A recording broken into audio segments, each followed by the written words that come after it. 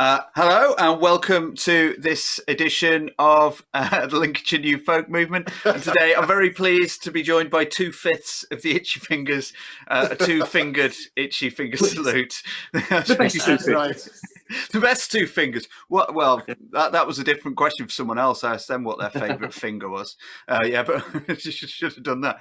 So just to start off with then, tell us a little bit about, well, the band as a whole, and then also how both of you got into music. How did you find yourself wanting to be a musician? Go on, Peter. Well, how far back do you want to go, Jake? All the way back. All right, okay. Okay. I think the first introduction to music, big shock, I'll be 1957. I was babysat by my cousin Joan. She would have been about 16. She took me one summer holiday to see Rock Around the Clock. So it would be 57, I'd be 8.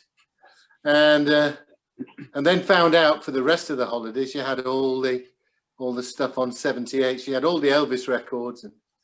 And then gradually over that time, I suppose, Lonnie Donegan, and then into the late 50s with Cliff Richard and my favourite Joe Brown, all that sort of stuff.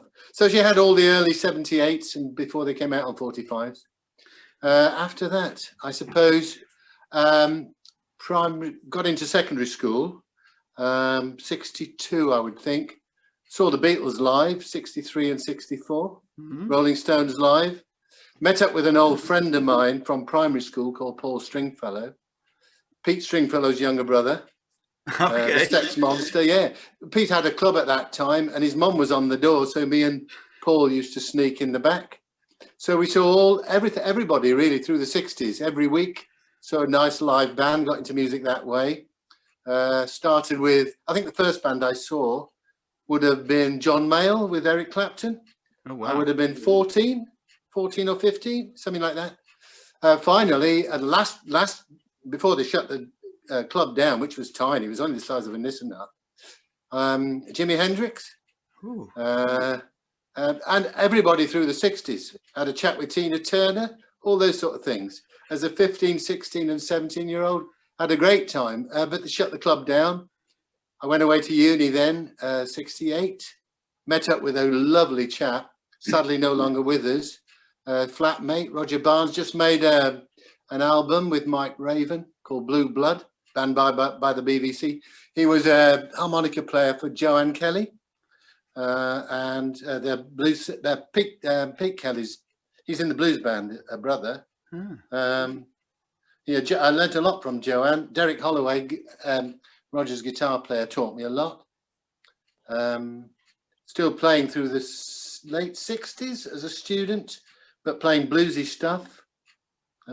Moved away to Lancashire, put my guitar away, didn't play at all. Right, Lancashire, right. I worked in Lancashire as a school teacher for 3 or 4 years, came back here to Lincolnshire, got picked up by a musical group in Horncastle called the Horncastle Minstrels. Played with them 3 or 4 times a week for about, for money, supporting a young family in the evenings. Did that for 6 or 7 years. Joined a folk band, played with some good folk musicians, 1 or 2 still around. And we toured with that around the county and folk clubs and things for about 7 or 8 years. We last played in 95. I think we did a festival in 95, which was quite good. It was recorded by the BBC. I've got the tape somewhere. Then put everything away because the family were growing and busy. They became a roadie for my kids' bands and stuff. Or usually. Worked in Australia for a bit. That was interesting. Didn't do any music there. Then got to retirement and I thought, what am I going to do now? Back to music. So, yeah, really. And I think what kicked it off, probably 95, I was down with, again, seeing my friend Rog, who we'd been close contact with for years. He was still playing. Had a great band called Jive Alive that played all the way through the southeast. Played with some great people. And I saw an old friend of his called Dave Peabody, who was big on the blues scene for a long time. And he was playing some early blues stuff that I really liked. Oh, I missed out a very important bit. When I was 12, 13, I had a fabulous form teacher called John Harrison, who was at King John's College, Cambridge, and he had booked Big Bill Broomsley to come and play when Bill came in 1952 to England for the first time. And John had the most enormous collection of jazz and early records he'd imported from America. I mean, absolutely hundreds and hundreds. And he was very generous. And we were kids talking about the Rolling Stones. And I remember him coming in sometime and saying, do you really want to hear the real thing? And he brought in this big pile of Willie Dixon records. And I think that's what did it for me. From then on, he was very generous. He would loan us records. He would play them at lunchtime. So I'd heard Blind Blake and Tampa Red and all those old blues people. And sorry, that's a really important bit because that's when I started learning to play the guitar, really. And I forgot about pop music really altogether and started listening to that stuff. So where did I get to? Oh, started Itchy Fingers, yeah. Nigel, I met Nigel actually. We were working together. I went to work for Morton's when I wasn't a teacher. So I knew Nigel was a drummer. I finally persuaded him to join the band eventually. Well, that's not quite true. Do you remember I think it was the 1700s when you got press ganged? So basically, I had a load of beer, fell asleep in a gutter, and woke up in Itchy Fingers. That's basically how it came about. No, what actually happened was that my nephew, who all by this time got a couple of kids, he was 30, desperately wanted to start playing again. I'd heard some people playing a little band called Potbelly I'd heard back in 95 playing some really early Tampa Red stuff, and I think I want to do this again. I want a washboard skiffle band sort of thing, very early sort of hokum stuff. And I thought I really do that, the 1930s real early Jews stuff, you know, the Biscuit Boys stuff. And I thought I'm going to do this. And I started, my nephew Paul played the upright bass. I drafted in my wife's brother who just left the army, who was a bit of a percussion player. And we used to come around the house and we used to play old stuff. And then we got invited to play at a party. But my brother selfishly got another job. So I got another friend in to play a bit of washboard. That didn't work out. And then Paul said, my nephew said, why don't you ask Paul, who he knew in town, played the mandolin and guitar, because he'd played with a band with him before, when Paul was a student. So I asked Paul, mandolin player, and we joined that. Then I found a new percussion player, didn't I? Who I'd happened to work with here, sitting there. Like press ganged him into going. He really didn't want to join us. He'll tell you why later. But he really didn't want to join us. But I think he sort of got it in the end, didn't he? Did you get it? I saw the light. I'm not sure I'll ever get it, Pete, but I'm trying. The best thing was whoever I mentioned from the past, whatever I played him, I was guaranteed Nige would never have heard of him. And so, that's why I'm hoping. Absolutely brilliant. I'm hoping, Joe, that you don't ask me any questions about folk music. Well, that's really fascinating, like sort of how you've gone through all those different sort of like that being steeped in all the rock and roll, early rock and roll, and like then pop and stuff like that. But that sort of ragtime, that grassroots blues stuff, that stayed with you more, like throughout the whole thing.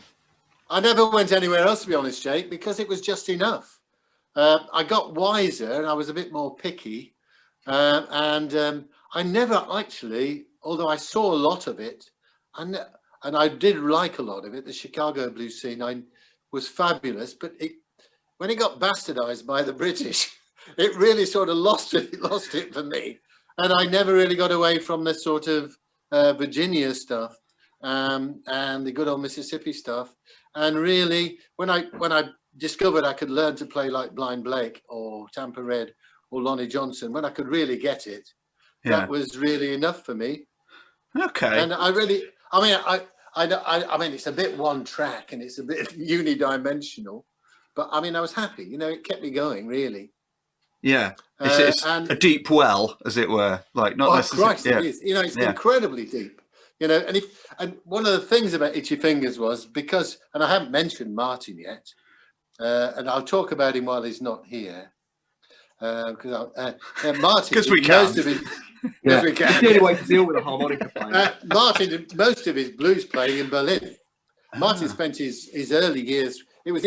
Martin was in the Merchant Navy, and he finally settled in Berlin and did all his through the 60s and 70s playing blues through in all the Berlin clubs. So his harmonica and musical background really came from that period.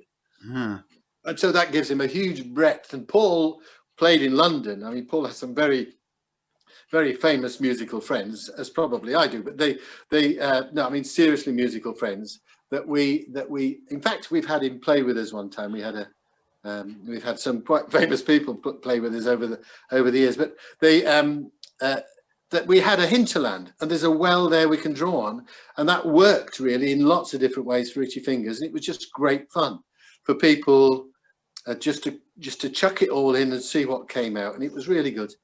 I think we're 10 years in there. Yeah, and that really comes across. I think, you know, sort of seeing you live is that there's a lot of joy that comes from what you're playing. You're enjoying it almost regardless of whether anybody else is going to enjoy it. You've had a good time. Yeah. Now I'm just going to ask Nigel then to tell us a little bit about. You carry on. I've got a how did you get into playing music? What was it that sort of got you into it? Okay, I don't have to go anywhere near as far back as Pete, so I'll give you a quick synopsis. So I think probably it must have been the mid-80s, and what was fairly typical then, my mum said, "You've got to play an instrument." Oh, right, okay, I don't want to play an instrument. That means I've got to practice. But I had to pick an instrument, and for some bizarre reason, I picked the flute. So I started playing the flute, but unfortunately, all the lads played like the violin or something cool over there. I kept saying to my mum, "I don't want to play the flute." She said, "James Galway plays the flute. He's a man." I'm like, "Oh, no, but that doesn't make it any better." So anyway, I had to persist with that through the sort of grade 3 and grade 4 on the flute before I sort of got to secondary school, and seemingly I could pick what I wanted to do. But I didn't know what I wanted to do, and it took me till must have been about the age of 13, I think it was, 13 or 14. And I was sat in a classroom with some pals. And they all said, "Oh, wouldn't it be great to be in a band? Wouldn't it be great?" And one bloke said, "I'll play guitar." The other bloke said, "Yeah, I'll play guitar as well." My best mate, who's sadly no longer with us, said, "Oh, well, I'll play the bass." And I thought, crikey, what on earth is left? Oh, I'll play the drums. But we had no idea, and I wasn't really into music at that point. But probably the seminal moment for me, and this is where it goes right off, folk, is I swapped a fishing rod for AC/DC's "Let There Be Rock" on tape. I stuck it on, and I thought, what is this? This is just brilliant. And obviously, as a kid at that sort of age, you haven't got any money, but I then bought, I think it was £3.25 from Rockin' Robin Records. I bought Iron Maiden's Live After Death double album, and an album I still listen to this day. So anyway, I'd sort of discovered rock, and I was fortunate. My older sisters, they were sort of listening to, what was left of the 70s, Rainbow, Deep Purple, and things like that. And I used to hear this stuff booting out of my sister's room. And I thought, oh, I really like this. I'll buy myself a denim jacket and sew a patch on or two, and it sort of got from there. So the guys that we first talked about being a band, thought, let's get together, and we didn't actually get together with one of them. It actually ended up as a 3-piece. I bought my first Pearl Maxwin fiberglass, sort of fibre, I think it was called, drum kit, which sounded awful, but it didn't matter. And it sort of went from there, really. And we just sort of started playing the drums with these guys through school, and we did some gigs. I was only recanting this the other day because I had the old flyers from when we first started out in a band, sent from my best mate who's no longer with us. He kept them, and his wife had sent them to me. Aww. And it's all the flyers from when we first started out. And for some reason, it always says admission £1 on it. And I don't remember getting £1, but I tell you what, we weren't worth £1. We were terrible. But it didn't What was your band called? Freaks of Nature. Yay! Absolutely. And so we sort of went from there, and went through school, got into college, and college opened up to more musicians for me. And a guy called Matt Ranson, a cracking chap, he joined the band. I think he joined the band firstly because of a pink BC Rich which was just the bomb. I had a gold chrome double bass drum kit. It was all about luck. But he could play Holy Wars by Megadeth. So you were in, mate. You were in. That was brilliant because no one could do that. And so the flute now is a distant memory. And we started playing sort of around the Birmingham music scene, still with the same name, Freaks of Nature, just playing, well, basically covers of anything metal and anything rock. And we do it, and it was great fun. And so I, like Pete, started a family. I was still playing in another band then called Crank. And the crowd used to occasionally chant something that rhymed with that, but I'd say we were better. Anyway, we played with those a few times, and I just couldn't keep up the band commitments and, you know, having a young family and that sort of thing. So I sold my drums. I wish I'd never sold my drums. I'm sure every musician's got a story about I should never have sold that. So I sold the drum kit for, believe it or not, some double glazing and a boiler, which went into my first house. And then I didn't play drums for probably about 10 or 12 years. And eventually through work, we moved to Lincolnshire. And this was prior to that, I was working in Manchester and in London as well. Moved to Lincolnshire, and I just didn't think there was a music scene here. I just didn't bump into anybody. I didn't know anybody who played. I thought, well, it really isn't going anywhere, to be honest. There's no point in having a kit or buying another kit. And anyway, and this comes onto the story fingers. So through my old boss at work and one of Pete's best friends, Terry Clark, we went out for a bike ride, a motorcycle ride up to Whitley. And so we set off. But before we'd set off, Terry said, Pete's got a band. He's got these 3 gigs coming up. They need a washboard player. A what? A washboard? I don't know what that is. It doesn't sound very good. And I don't remember Slayer playing with a washboard player. Anyway, so we set off on this bike ride. And obviously, as you do on a bike ride, you stop off, you have a cup of tea here, a bite to eat here, on this big loop of sort of North Yorkshire back down to Lincolnshire. And every time we stopped, we got off the bikes, and Pete'd say, go on, just do it, Nige. Or Terry, go on, Nige, you do it. Go on, Nige. And so basically, right the way around, it was just a war of attrition. And by the time we got back to Lincolnshire that day, I was like, all right, I'll give it a go. Pete said, we've got 3 gigs booked, so you just got to come along and play it. So I turned up at Pete's house for a rehearsal, and he handed me this washboard that he'd built, and sort of having a bit of a go. I really didn't know what I was doing. So we went through these songs, right, fantastic. But what I didn't realise in folk is every song's about 2.5 minutes long. So you've got to learn a lot of songs to fill a set. So we're sort of verily working away.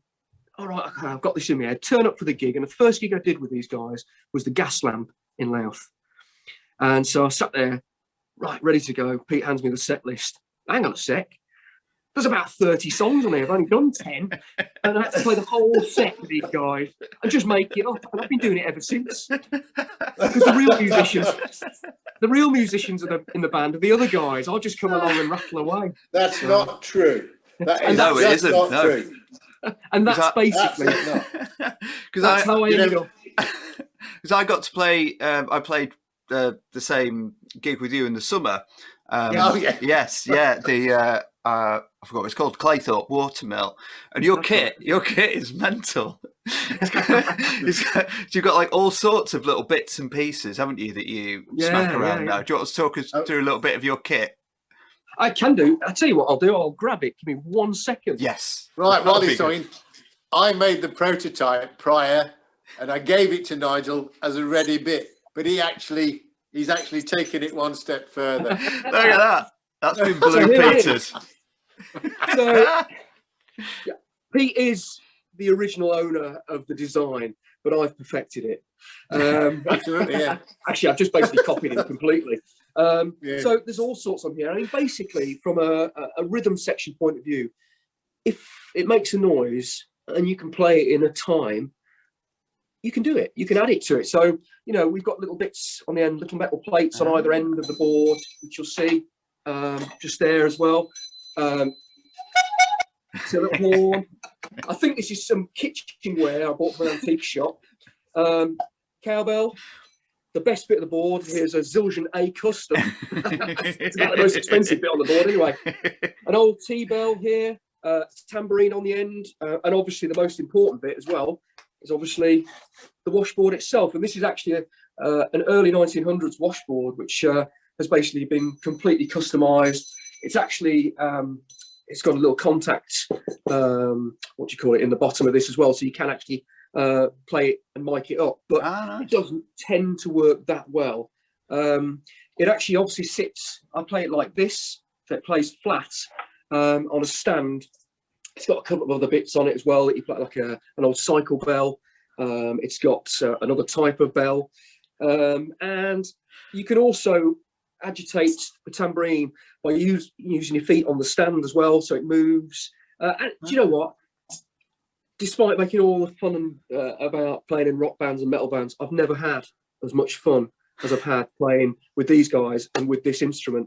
What you're actually seeing as I'm building this up, I'm basically, I added a bass drum to it. There's obviously a snare drum to it. Eventually the teacher will allow me to play a proper drum kit, but don't tell him that. So I'm just basically building this up, and it's just great fun. It's great fun. It is, and it really gives like that kind of event sort of thing to the performance. I mean, the double bass as well. Absolutely. We haven't actually gone through who's in the band and even who we're talking to. People might think you're called Janet, Pete. So we've got Peter here. Janet's iPad is. We've got Peter at the bottom here. Now you play guitar and main vocals. That's right, isn't it? That's how it started. Yeah, I do. Yeah. Yeah, and we've got Nigel, obviously percussion, and that kind of thing. We've got Martin, who's on harmonica and vocals, can't be with us today. We've got Paul, who plays mandolin and guitar. He does, right? Very well. And Jake, who plays the double bass. Double bass, yeah. Which has got this amazing sort of compact double bass, hasn't he now? Yeah, Jake is a bass aficionado. If you talk to Jake about bass, he's got every kind under the sun. The one he's got now, he's had for about 2 years. He bought it because he could just put it in his car. I mean, that's basically it, really. It's quite an advantage. If you have to walk to every gig carrying a double bass, that's good. But he's got even lazier than that, because you can actually mount it on a stand, so he can actually just take his hands off and it just stays there. So. That's pretty. It does, yeah. What are you talking about? You sit down to play. Oh, that's true. All right. We're splitting hairs here. Now, I think you've answered one of my other questions, but so, because you do a mix of sort of like traditional songs and sort of things like that, but also very much your own songs as well and creating those. Right. And so how does the songwriting go about? Who's the kind of leader of that, and how do you develop them up? What we've done, we started just reworking very old songs, but Martin contributes a lot. He's a great songwriter, Martin. He's got a back catalogue that goes back years. In fact, he writes a song a week about. I write a few songs, and some that, mind you, I have a terrible, terrible affliction, and I have a penchant for writing comedy songs, which is I cannot help doing it. I wrote one yesterday about Joe Biden and his funny little run, which was a bit of a shame, really. It's about running like Joe Biden, that sad little run he did across the stage. So, but that will never. All the songs never make it into the band because they're shameful. But one or two do. One or two make it. I think 3 or 4 of my songs are in the set. They have a little sort of sad, funny, ironic twist, but that's about it, really. But Martin is a genuine songwriter. It's a craft with him, and he does really well. And I think that's the thing with the style of music as well, isn't it? Because as you sort of said, there's sort of like a familiar structure and things like that to the songs often, but it opens up that world to the lyrics, and you can have fun with like writing songs. There aren't enough songs written about politicians embarrassing jogs. I think that's perhaps you should really run with that. What I will do, I'll record it this week. That was another of my questions, actually, about have you got another album in the off? Because it was No, 2016, wasn't it?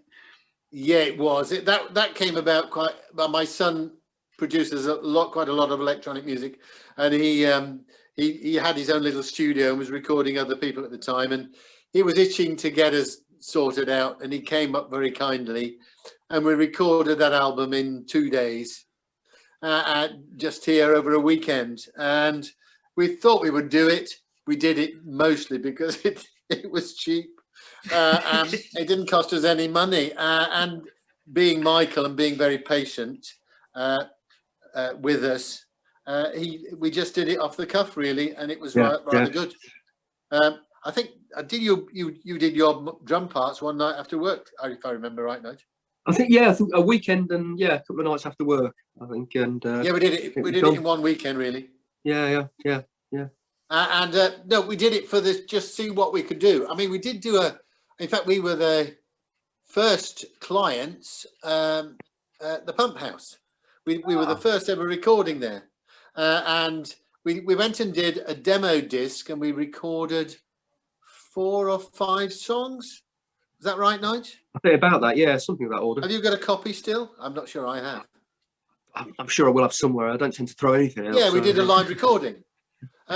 We did a live recording with Tom, and it was very, very good. We thought, well, we could do something with this. Yeah. And then one of the things, Jake, that I found absolutely great about these lads is that everybody's brought something really important there. First of all, a sense of humour. None of it's been ever taken seriously, which was the best thing. We don't do it for ourselves, really. We do it for other people. So that makes it fun. I think that's very important to know.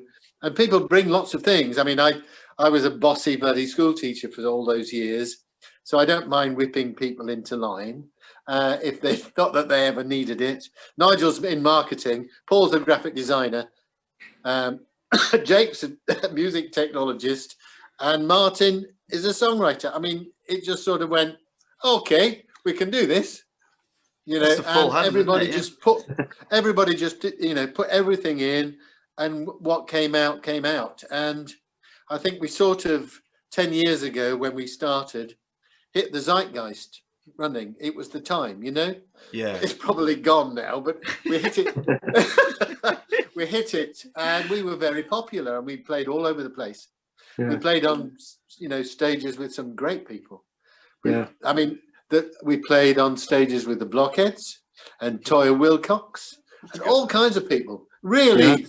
Yeah. And we were very popular. We played down in Bristol. We played festivals. In fact, last year, sadly, the lost year, shall we call it? Yeah. We were 20 open air bookings. 20 open air full bookings, all gone. And that would have been great. There's quite a funny story, actually, with some of these gigs. When we were playing the Great British Folk Festival, and it was something we won the year before as, I think it was Best Newcomers. I think that was right, wasn't it, Pete? Something along those lines? Introducing stage, yeah. Yeah, on the introducing stage. So the crowd voted and we won. And the prize was to come back the following year and support the main act on the main stage, which was, I mean, whether we'll come on to that, I don't know. It was an incredible experience. But before we went on stage, I was stood with Pete at the back of the room, and this room had about 2,500 people in it. I leaned into Pete. I said, Pete, this is amazing. This is the big time. And he leans back to me and goes, no one makes it big in folk. Right. And in that instant, my dreams of folk stardom were shattered. Your little balloon there, pop. That's it, yeah. Oh, that's really cool. What was the girl's name we shared the dressing room with? Kate Rusby. Kate Rusby. Yeah, that's right. Hickey in his wisdom and wit, as she came off stage to join us, he said, "That was good, Kate." He said, "And thanks ever so much for warming them up." I think one of the things I also enjoyed about sort of seeing you guys live was there is a lot of bickering on stage. Oh yeah. It's because 3/5 of the band are grumpy old men, you see. Yeah.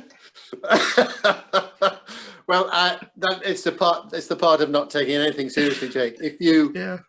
I've been in bands where there's been an atmosphere. You know what I mean? And you really don't want that.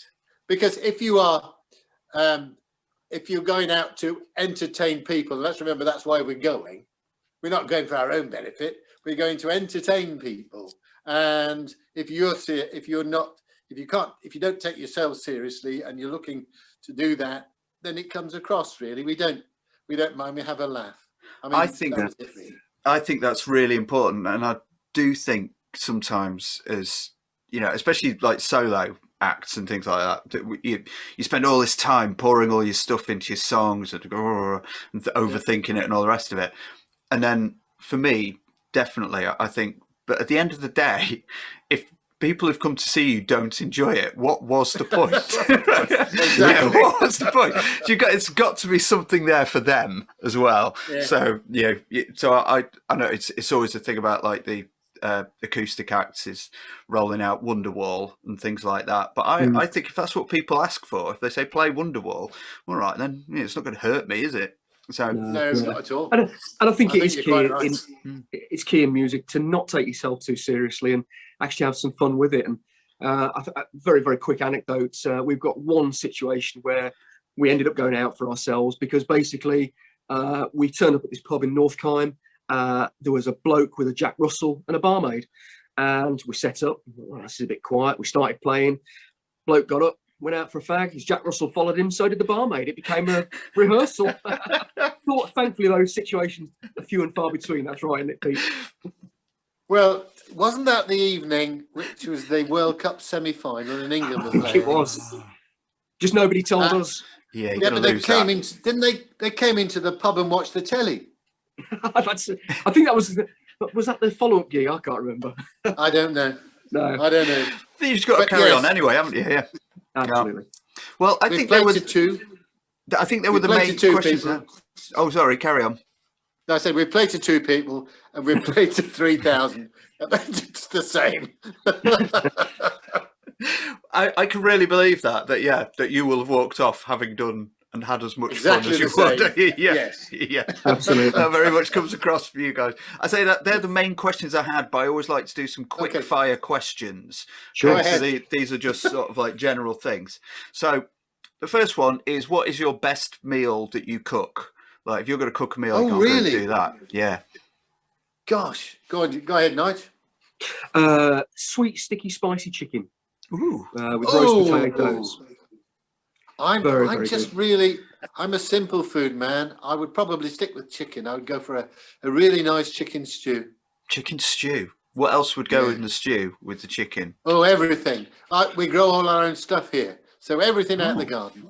Nice. Very good. Okay, now this is a good one, and we can enjoy this because 3 of the members aren't here. Okay, All right. So Itchy Fingers, the movie, has been God. in production. So who plays the different people in the band? Oh, Yeah, you can Brad cast. Pitt. You could I will be Brad Pitt. You'll be Brad Yeah. Pitt. Oh, well, that's fairly obvious. Yeah. So Let's bag that first. yeah, good one. what about the other members of the band? Who's going to be you, Nigel? Oh, blimey. I'd love to say Ringo Starr, but it'll probably be anybody that can drag off the street. What about Dave Grohl? Dave Oh, Grohl, he'd be all yeah. right, yeah. He's Dave done Grohl. some be all right. films. He's done I some used to have films. some long hair. There you go. Yeah. Yeah, I'll take Dave Who's Grohl. the Dave Grohl. one-handed drummer from Def Leppard, Nige? Oh, crikey. Rick. Oh, you've got me. Yeah, I don't remember his name. What about the other members then? Who's going to play Oh them? gosh, this will be. This is all. Martin. Oh, I think Lurch out the Adams Family. I would think. Okay, Lurch out the Adams Family. Nice. Paul. Pick one for Paul, Nige. Oh, he'll kill me. I hope he doesn't watch this back. Right, one for Paul here. So, I don't know. Let me think. Oh, blimey. The bloke from Dueling Banjos. Oh yeah. That'll do. We'll have him. And the last one's Jake. Who's playing Jake? Oh dear. Oh, Jake would be. Who should we pick for Jake? Oh, I don't know. Let's pick a lady. I was thinking about that. Yeah. Bonnie Raitt. We'll have Bonnie Raitt. Yeah, we'll have Bonnie Bonnie Raitt. Raitt. Yeah, Bonnie Raitt. Okay, that's good. I'm looking forward. I'm sure there'll be some producers watching this thinking, Yeah. that's a good idea. I'm sure. That's a good idea. And the You know cast what, has sealed going it back- for me. Going back to when we were charging £1 and we weren't worth it, I think the same situation could be said here. And the last question, very simple. Can you moonwalk? Oh, I've tried it lots of times. When my children were young, they were big Michael Jackson fans. Who was the guy who invented the moonwalk? Neil It wasn't Armstrong? Michael Jackson. No, yes, of course. No, there was a dancing kid who was, I saw him on Top of the Pops and Michael Jackson took it from him. He had a hit single, I remember it, a couple of years before Michael Jackson. Oh, And I think I Michael know what Jackson you took mean. all that poppy stuff from him. But anyway, my kids were all, or certainly my son Michael was Michael Jackson fan, and they tried, but I'm just not smooth enough, Jake. No, me either. I'm thinking Nigel can. Well, Yes. if I've had a lot of beer, no problem. If I'm sober as a judge, I'm terrible. I can't do it at all. I think maybe what's happening there, Nigel, is you think you can moonwalk. Yeah, you're just walking backwards. Absolutely. Staggering. Remember how I ended up in itchy fingers through press ganging? Yeah. It's all making sense now. It's all come full circle, right? Hasn't it just? Yeah. Well, that's been really lovely. I've learned a lot of things from you. That's been really good. Oh, good. Yeah, fascinating story about how it all came together. And what I say, one of my questions was like, why the ragtime? Why that kind of thing? Which your sort of heritage that you brought through from there is really good. Why? It's fun. It's musical. People like it. They can dance to it, and it's quite technical and good fun to play. That's a fantastic way to finish off the interview. Now, we've got one of your tracks I'm going to put on at the end. It's a little video we've got. I sent you Jelly Roll Morton track, I think. Yeah, it's If You're a Viper. Is it Viper? Oh, yeah. Nice. No, that's. I think that is actually Charlie Patton. Oh, a Charlie Patton song. Okay, well, thank you very much for joining me, and I hope you have a great afternoon and evening, and I'll hopefully see you again once all this is over. Okay. Yeah, okay. Thanks for having us. And Thank you so much. It's been You're good welcome. fun. Thanks very much. I'm Take really care. pleased the others Bye. didn't join us. Bye-bye. Cheers now. Bye.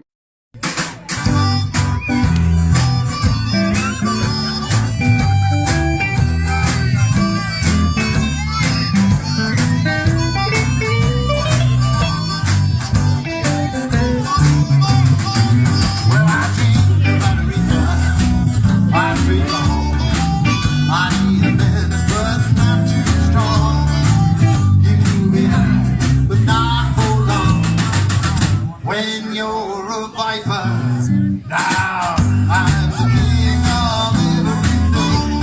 You gotta get high before I teach and let it be. When you're a viper, now when your throat gets dry, you'll be high, everything is ready. Trot on down to the candy store. Why don't you put your car on peppermint train? Your body is sick. You don't give a damn. You don't pay no rent. When you hear the bills go ding dong ding, then